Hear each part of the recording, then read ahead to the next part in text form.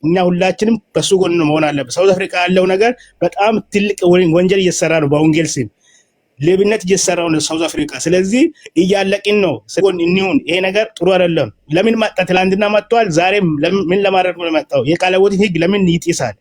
ቀጥል አቤላ። ታንኪዩ ጊዜያችን አመሰግናለሁ። እኔም ስፔሻሊ ይሄ የዘረኝነት ነገር ዘረኝነት ሲባል ደቡብ ስለሆኑ ሌላን አንድ ላይ ተባብረው ይገፋሉ ማለት አይደለም። እዛው ደቡብ ውስጥ ያሉ ደቡብ ለደቡብ ይገፋፋል። ሀዲያው ከከምባታው ጋር፣ ወላይታው ከሲዳማው ጋር መገፋፋት አለ። ይሄ በጣም የከፋ የከረፋ ዘረኝነት አለ። ሰው በክርስቶስ ሆኖ ዳግም ተወልዶ እንግዲህ በክርስቶስ መስቀል ላይ የጥሉ ግርግዳ ፈርሷል ብሎ ሲያበቃ ክርስትናን ወይም ክርስቲያን ነኝ የሚልን ስምን አንጠልጥሎ አማራ ነኝ፣ ኦሮሞ ነኝ፣ ትግሬ ነኝ፣ ጉራጌ ነኝ፣ አፋር ነኝ፣ ከምባታ ነኝ፣ ሀዲያ ነኝ፣ ወላይታ ነኝ፣ አርጎባ ነኝ፣ አርባ ምንጭ ነኝ፣ እንደዚህ አይነት ነገር እጅግ የሚያጸየፍ መስቀል ላይ የሞተ ኢየሱስ ክርስቶስን ከሚያመልክ ህዝብ የማይጠበቅ ነው። የአሚፍ ጂሰስ መቀጠል ይቻላል። ሀሳባችሁን ስጡ። ጂጂ አትድከሚሽ፣ አቡና ሌባ። አንዳንዱ ደግሞ ያንን ጸጋ ለራሱ ዝናና ጥቅም ሊያደርገው ይችላል። ዞሮ ዞሮ ግን የተቀበሉት ሁለቱም ከእግዚአብሔር እስከሆነ ድረስ ይህን ሀሳብ ከየት አመጣ? ከዮሴፍ ይህን ሀሳብ ከየት ነው ያመጣው? መነሻ የእግዚአብሔር ቃል ካለ በተለይ አሁን ጸጋ የምትለው ጉዳይ የአዲስ ኪዳን ጉዳይ ስለሆነ መነሻ ቃል ካለ ንገረን። አንዱ እንደዚህ ያደርገዋል፣ አንዱ እንደዚህ ያደርገዋል። ሰው የእግዚአብሔርን ቃል ከተቀበለ በኋላ ለራሱ ጥቅም ያውሏል የሚል የእግዚአብሔር ቃል ሀሳብ ካለ ልስማ። መብትህ ነው ሀሳብህን እንደፈለግ መስጠት ጸጋ ስለ አሁን ለምሳሌ ጌታ ኢየሱስ ክርስቶስ ምንድን ነው ያለው? በእኔ የሚያምኑ እንደዚህ አይነት ምልክቶች ይከተላቸዋል ብሎ የተናገረ ነገር አለ እና በክርስቶስ ያመኑት የሚከተላቸው ምልክቶች አሉ። በስሜ አጋንንትን ታወጣላችሁ ይላል። ሌላ ምልክቶችም ይላል። ያ ነገር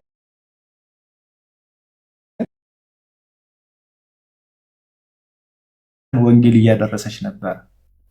ወንጌል በእሱ አይደለም እዚህ የደረሰው፣ በዩ ጩፋ አይደለም ወንጌል እዚህ የደረሰው። በአብያተ ክርስቲያናት አገልግሎትና አገልጋዮች በኩል ወንጌል እዚህ ጋር የደረሰው።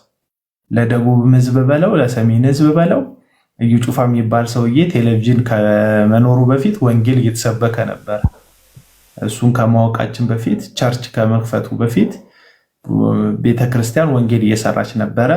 ስለዚህ አንድ ቤተክርስቲያን ደግሞ ትልቅ ቤተክርስቲያን ናት። አንድ ቤተክርስቲያን ወይም እሱ ግለሰብ እሱ ክራይስት አርሚ ብሎ እንደሚዘውረው የግል ሱቅ የሆነች ቤተክርስቲያን አይደለች።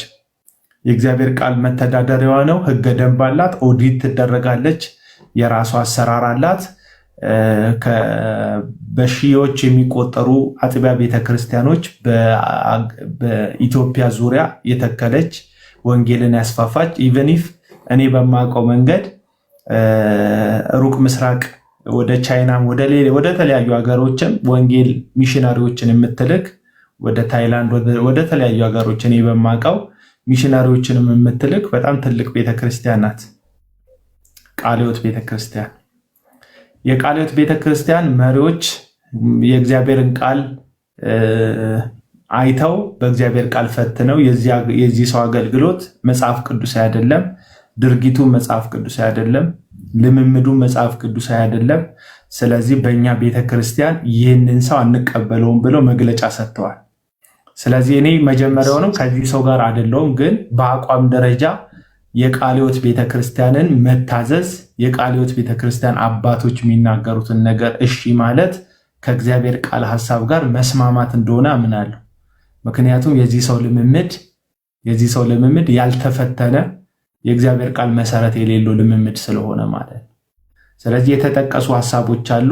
ለምሳሌ የዘይት ሽያጩ አንተ ቅድም ጥቅስ ጠቅሳለ። ኢየሱስ ክርስቶስ ለሐዋርያቱ በነፃ የተቀበላችሁትን በነፃ ስጡ፣ እንዲሁ የተቀበላችሁትን እንዲሁ ደግሞ ስጡ ብሎ ትእዛዝ አዟቸዋል። ጸጋ ብቻ አይደለም ኢየሱስ የሰጠው፣ ጸጋውን ኦፕሬት የሚያደርጉበት ወይም ጸጋውን ማኔጅ የሚያደርጉበት መጽሐፍ ቅዱሳዊ ትእዛዝ ለሐዋርያቱ ሰጥቷል፣ ለተከታዮቹ ሰጥቷል ኢየሱስ። ስለዚህ በአጭር ቃል የዚህ ሰው ሐሰተኝነት አጋንንት ከማውጣት ካለመውጣት ጋር አያያዝም። እውነተኝነት አጋንንትን ከማስወጣት ጋርም አያያዝም። አሁን በጣም ብዙ ህዝባችን የሚታለለው እግዚአብሔር አብሮ እንዳለ ማሳያ አጋንንት ማስወጣት ነው ምናምን አይደለም። እግዚአብሔር አብሮ እንዳለ ማሳያ ትእዛዛቱን መከተልክ ነው። የጌታህን ትምህርት ነው ወይ የምትከተለው? ያለህን ነው ወይ የምታደርገው ነው የመጀመሪያው ትእዛዝ። ምክንያቱም በስምህ አጋንንት አላስወጣንም ይሉታል፣ በስምህ ታምራት አላደረግንም አላወቅኳችሁም ይላቸዋል። ምኖችን? የበግ ለምድ የለበሱ በውስጣቸው ነጣቂ ተኩላ የሆኑ። ስለዚህ በኢየሱስ ስም አጋንንት ማስወጣት ብቻ ራሱን ችሎ የእውነተኝነት ምልክት አይደለም።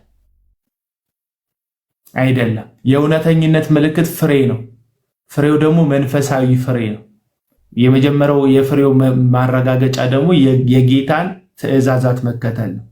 ስለዚህ አንድ እውነተኛ ከነፍሱ የክርስቶስን ትምህርት ያዋሃደ ነፍሱን በክርስቶስ ትምህርት ያጠመደና ያሰለጠነ አንድ አገልጋይ በየትኛው መንገድ አጋንንትን ቢያስወጣ ተአምርን በእጁ ቢደረግ ክብሩን ለራሱ አይወስድም፣ ወደ ገንዘብነት አይለውጠውም።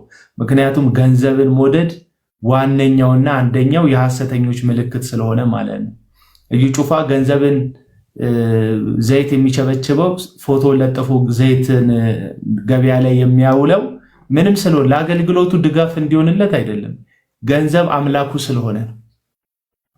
አሁንም ደቡብ አፍሪካ የሄደው የነፍሳት ጉዳይ ግድ ብሎት አይደለም። ሲዝን እየጠበቁ ደቡብ አፍሪካ ሄደው የሚያገለግሉት ደቡብ አፍሪካ ቀበቶ ከመሸጥ ተነስተው እስከ ትልልቅ ሱቅ እስከ መክፈት የደረሱ በላባቸው ጥረው ግረው የሚኖሩ የደቡብ ኢትዮጵያ ብርቱ ሰራተኛ ተወላጆች ስላሉ የእግዚአብሔርን ቃል እንደሚወዱ ስለሚታወቅ ነብይ እንደሚወዱ ስለሚታወቅ ከነሱ ገንዘብን ለመሞጭለፍና ለመዝረፍ ነው እንጂ የነፍሳት ሸክም ኖሮበት እግዚአብሔርን ስለሚፈራ ወንጌልን ለፍጥረት ላድርስ ብሎ አይደለም የሄደው። ስለዚህ አሁን በጣም የተሳደበው ማይሆን ትችትን ያቀረበው ቃለ ሕይወት ቤተክርስቲያን ላይ ኔትወርኩ እንትን ይላል። ታብታብ አድርጉ። አልሰማም እንዴ ወዳጆች? ይቆራረጣል? አይ ይሰማል። ቀጥል። አሁን ደህና ነው። ሲቆራረጥ ንገሩኝ። አንድና አሁንም የቃለ ሕይወት ቤተክርስቲያን የወጣችበትን መግለጫ ተከትሎ ስድብ ቀረሽ ሐሳብ የሰነዘረው የቃለ ሕይወት ቤተክርስቲያን እሱ ሊዘርፍበት የተዘጋጀው አጥቢያ ላይ ማንም ሰው እንዳይቀበለው ብላ ቀድማ መግለጫ ስለሰጠችበት ነው። ገንዘብ እንዳያገኝ በር ስለዘጋችበት መግለጫ ወጣ። የራሱን መግለጫ ይህ ግለሰብ ቤተክርስቲያኗን እጅግ በሚያስጠላ መንገድ ዘለፋትና ከቻለ ፍቄ ያለህ ደብዳቤው አለ የጻፈው እዩ ጩፋ መልስ የሰጠ ጽሁፍ ካለ ልታነብልን። አላወርኩም። ቆይ እስቲ ፈልጌ ያመጣል። እኔ ጋር ላቤላ ማንበብ እችላለሁ። አሁን ማንበብ ትችላለህ? በቃ አንብብልን። በትልቁ ላድርገህ ምንድን ነው? አይ ኖ እንደዚህ አነባዋለሁ። ሁላችንም ይህንን ደብዳቤውን ሐሳብ እንስማ። እዩ ጩፋ የመለሰው አከርካሪው ለተሰበረው አክራሪ ቡድን ይድረስ። የኢትዮጵያ ቃለ ሕይወት ቤተክርስቲያን ስራ አስፈጻሚ ኮሚቴ አማካኝነት ጥቅምት 28 2018 ዓ.ም ነብይ እዩ ጩፋን በተመለከተ የወጣው ደብዳቤ እርሱንም ሆነ እርሱ የሚመራውን ታላቅ ህዝብ የማይመጥን እንዲሁም ለነቢያት ካለው ከጭፍን ጥላቻ የመነጨ መሆኑን ፍንትው አድርጎ ያሳየ መግለጫ ነው። ይህ መግለጫ ከመጽሐፍ ቅዱስ ትምህርት፣ ከቤተ ክርስቲያን ሕግና ከመንፈሳዊ መመሪያ ጋር የማይጣጣም መሆኑን በሚገባ ተገንዝቤያለሁ። የቤተ ክርስቲያን ዋና ተልእኮ የሰዎችን መዳንና መንፈሳዊ እድገት መሆኑን እየታወቀ ዋናውን ተልእኮ ወደ ጎን በመተው ባረጀና ባፈጀ በአንደኛው ክፍለ ዘመን በቀረው በሃይማኖታዊ ጥላቻ መጠመዳችሁ ሌላ አሳፋሪ ጉዳይ ነው። ብዙ ምዕመናንን አቅፎ የያዘ ትልቁ ተቋም ትልቁን ተልእኮ ከረሳ ኪሳራ ውስጥ መሆኑን እግረ መንገዴን እየገለጽኩ እኔ የኢትዮጵያ ቃለ ሕይወት ቤተክርስቲያን ስራ አስፈጻሚ ኮሚቴ አማካኝነት ተላላኪ ሳይሆን ወደ ዓለም ሁሉ ሂዱ ወንጌልንም ለፍጥረት ሁሉ ስበኩ ከተባሉት ውስጥ ያለውና ድርሻዬን በሚገባ እየተወጣው ያለው ሰው ነኝ። በመጨረሻም የዚህ መግለጫ አውጪዎች ራሳቸው የኢትዮጵያ ቃለ ሕይወት ቤተክርስቲያን ስራ አስፈጻሚ ኮሚቴ ብሎ የሚጠሩት የተከበረውን የእምነቱን ተከታዮች የማይመጥኑ በጥላቻ የታወሩ ኃላፊነት የጎደላቸውና ኋላ ቀር አስተሳሰብ ያላቸው መሪዎችም ጭምር መሆኑን በደንብ ይገልጻል። ነብይ ኢዩ ጩፋ የክራይስት አርሚ ኢንተርናሽናል ቸርች ፕሬዝዳንት፣ የኢትዮጵያ ጴንጤቆስታል አብያተ ክርስቲያናት ምክትል ፕሬዝዳንት፣ የኢትዮጵያ ወንጌል አማኞች ካውንስል ቦርድ አባል ይላል። ያው አማርኛውን እያስተካከልኩ ነው ያነበብኩት። አዎ እያስተካከልክ እንዳነበብክ ገብቶኛል። አቡሽ እንዴት ነህ? ሰላም ላንተ ይሁን ብያለሁ። ወንድምለም አለው እና ይሄ የቤተ ክርስቲያኑን መግለጫ የቤተ ክርስቲያንን ትእዛዝ ካለማክበር የመጣ እብሪተኝነት ነው። ኢዩ ጩፋ አሁን ብቻ አይደለም፣ በነገራችሁ ላይ ከዛሬውም በፊት ካውንስሉ ባወጣበት መግለጫ እጅግ በጣም የሚሰቀጥጥ አንድ መንፈስ ቅዱስ ይጠቀምብኛል ከሚል ሰው የማይጠበቅ በጣም ነውረኛ ንግግሮችን ሲናገር ነበር። ከዚህ በፊትም ያው በአደባባይ 2 ጊዜ በአስገዳጅ ሁኔታ ውስጥ ስለገባ ይቅርታ የጠየቀበት ሁኔታ እንዳለ ቢሆንም ግን መልሶ መላልሶ ሲነኩት እንደ አገልጋይ ጸጥ ብሎ ከማለፍ ይልቅ መርዛማ ቃላቶችን እየተጠቀሙ መሪዎችን ያለመታዘዝ ነገር ያመጣል። የኢትዮጵያ ቃለ ሕይወት ቤተክርስቲያን መሪዎች በስራቸው በሚሊዮን የሚቆጠር ህዝብ አለ። ኢዩ ጩፋ ቴሌቪዥንና እግረ መንገዳቸውን የእሱ አዳራሽ ውስጥ ብልቃጥ ለመግዛት የሚሰባሰቡ ህዝቦችና ተአምራት ናፋቂዎች ብቻ ነው እሱ ጋር የሚሰበሰቡት። ሌላ ታሪክ የለም። መሪ አይደለም።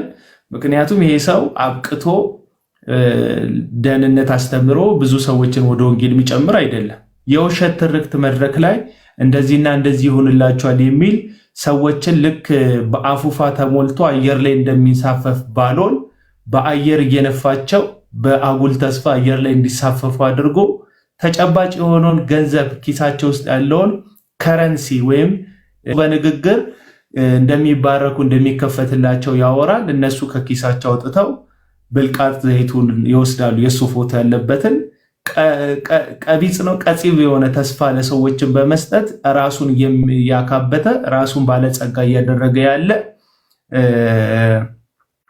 እስካመር ነው ወይም አጭበርባሪ ነው። ሌላ ታሪክ የለ እና ይህቺ ቤተክርስቲያን ነቅታበታለች። በእርግጥ ዘግይተዋል፣ አብያተ ክርስቲያናት ዘግይተዋል። እኛ እንኳን መጮ ከጀመርን ምንም እንዳልተፈጠረ ጸጥ ብለው ነው ቁጭ ያሉት። ልክ እንደ መሰረተ ክርስቶስ ቀድመው እንደ ቀቢጽ ልክ እንደ መሰረተ ክርስቶስ ቤተክርስቲያን መሰረተ ክርስቶስ ከዚህ በፊት 13 የሚያክሉ ሐሰተኛ ነቢያት አስተማሪና ሐዋርያንን የሚሉ ግለሰቦችን በስምና ባድራሻ ጠቅሳ እነዚህ ጋር ህብረት የለኝም ብላ በአደባባይ ተናግራለች ቤተክርስቲያኗ። በዛ ሰዓት ላይ የቤተክርስቲያኗ ፕሬዝዳንት የነበረው ሰው መከራ ደርሶበታል። አንዳንዶች ከሰውት እስር ቤት ሁሉ ቆይቷል። ምንድነው የመሰረተ ክርስቶስ ፕሬዝዳንት የነበረው ሰው በጊዜው ማለት ነው። ይሄን ያክል ሰውን የሚያሳድዱ ሰዎች ናቸው። ቤተክርስቲያን የሚመራውን ሰው እስኪታሰር ድረስ ማለት ነው። እና ፓስተር ቴድሮስ ቴንኪው ኤርሚ ቴንኪው ፓስተር ቴድሮስ የተባለ ፓስተር ቤተክርስቲያኗ ፕሬዝዳንት የነበረውን ወንድም ማለት ነው አሳስረውታል። ምንድነው የነዚህ ሰዎች አቅም ስትሉ፣ እነዚህ ሰዎች በጣም ትልቅ አቅም ገንብተዋል።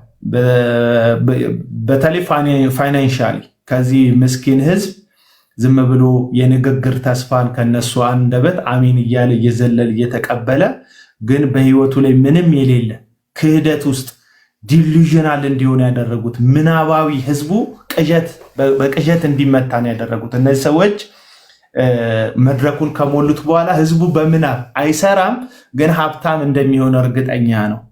ትጋት የለውም፣ ግን ባለጸጋ እንደሚሆን እምነት አለ። እጁ ላይ ያለውን ገንዘብ እነሱ ኮሮጆ ውስጥ ይከታል። ከዛ ታምራዊ የሆነ ገንዘብ የአካውንት ውስጥ እንደሚገባ ተስፋ የሚያደርግ ህዝብ ነው። ሴቷ ከውጪ ሰው መጥቶ እንደሚያገባት ሀብታም እንደምትሆን ድንገት አይኗን ጨፍና ስትገልጥ ታምራዊ ገንዘብ ህይወቷን እንደሚሞላው ነው የምታስበው።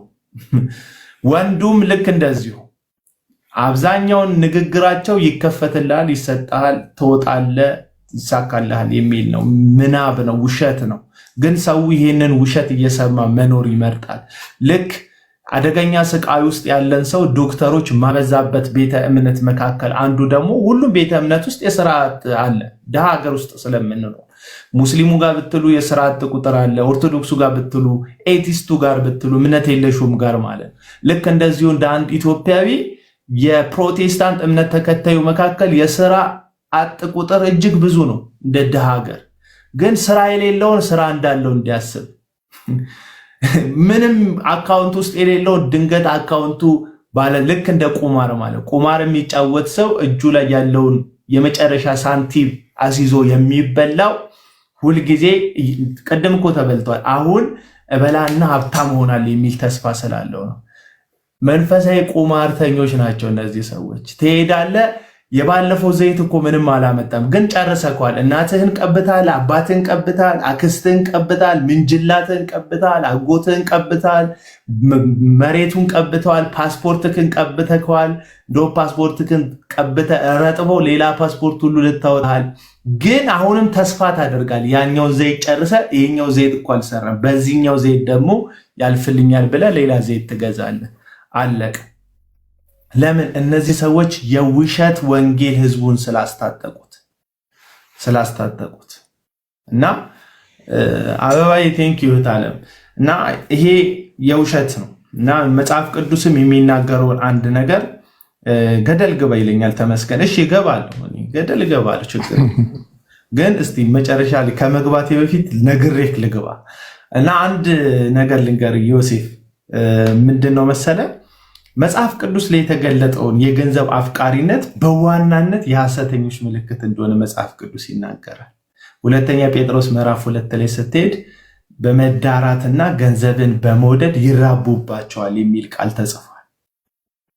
እዛ ደግሞ አንደኛ ጢሞቴዎስ ምዕራፍ 6 ላይ ሄደ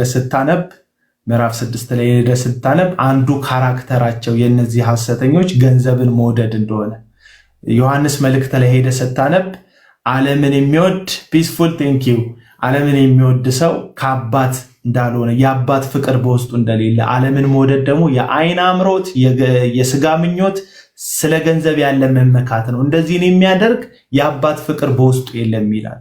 አባቱን ወይም የአብ ፍቅር በውስጡ የሌለ ደግሞ እውነተኛ አገልጋይ ሊሆን አይችልም። ስለዚህ ሐሰተኞችን ብዙ ጊዜ ስታያቸው ኮንሰርን የሚያደርጋቸው የምድራዊ ነገር እንደሆነ ታውቃለህ። እዩ ጩፋን ስታይ ዘላለም ሰማያዊ ቤት ነው የሚታይክ? እስቲ ልጠይቅ ዮሲ፣ ሰማይ ነው የሚታይክ? የዘላለም ህይወት ነው የሚታይክ ወይስ ምድር ላይ ከበርቻቻ አድርጎ መኖር ነው የሚታይክ? እስቲ በእውነት እንዴት ነው ማስበው መሰለህ አቤላ፣ ያንተን ብዙ ጊዜ ያንተን ዲስከሽን ምናምን ሰምቼ ያውቃለሁ።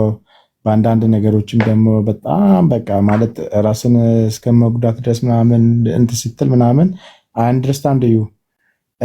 አሁን እኔ እንዴት ነው የምወስደው መሰለህ፣ አሁን ዘይት ሽያጭ መጽሐፍ ቅዱሳዊ አይደለም፣ እኔም አልቀበለውም። በዘይት ጸልዩ ተባለ እንጂ ዘይትን ሽጡ አልተባለም፣ አልቀበልም። ገንዘብ ማፍቀር፣ ገንዘብ ላይ እንደዚህ ፎከስ ማድረጉም አልቀበልም። ምክንያቱም ወንጌል ከሰማይ የመጣ ስለ ዘላለም ህይወት ነው መጀመሪያ። በእርግጥ ወንጌል ይባርካል። ጌታ በሰማይም በምድር ስልጣን ሁሉ የእሱ ነው። ግን ዋና ፎከሱ ክራይስት ነው መሆን ያለበት። እሱን አምናለሁ። ነገር ግን አሁን እዚህ ጋር ሰዎች ባለመታመን ያንን ነገር ስላደረጉ ብቻ ከአጋንንት ናቸው፣ ይሄ ጥንቆላ ነው፣ ድግምት ነው ማለትን በጣም እፈራለሁ። ደፍሬም አይደለም እንደዛ፣ ምክንያቱም አይደለም ብዬ ስለማመን። ምክንያቱም በክርስቶስ ኢየሱስ ስም አጋንንትን ያወጣሉ፣ ወንጌልን ይሰብካሉ፣ የታመሙትን ይፈውሳሉ። ይሄ ከእግዚአብሔር የተቀበሉት ጸጋ ነው ብዬ አምናለሁ። ግን ያ ጸጋ ታምኖ ለጌታ ፐርፐስ ብቻ አድርጓል አላደረጉም። ያንን ጌታ እንግዲህ አገልግሎታቸው ላይ የፍርድ ቀን ያው ፍርዳቸውን ያገኛሉ ብዬ አምናለሁ። እኔ እንደዛ ነው የማምነው እንጂ ጥሩ ነው። ይህ የግል እምነትህ ስለሆነ ማለት ነው። መጽሐፍ ቅዱስ ላይ ማቴዎስ ምዕራፍ 13 ላይ ያሉትን ሰዎች ምንድን ነው የምትላቸው? በስሙ አጋንንት ያስወጡት ሰዎች አገልጋይ የነበሩ ከዛ መሀል ላይ ሸርተት ያሉ ናቸው ወይስ መጀመሪያም ሐሰተኛ የነበሩ ሰዎች ናቸው? ወደ ውጭ ያስቀራቸው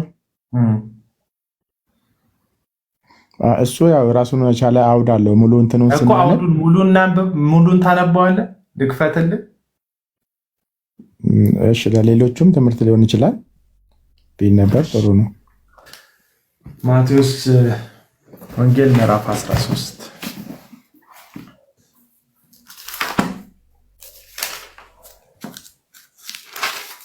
እንትን ሞባይል ዛሬ የለችም አብራኝ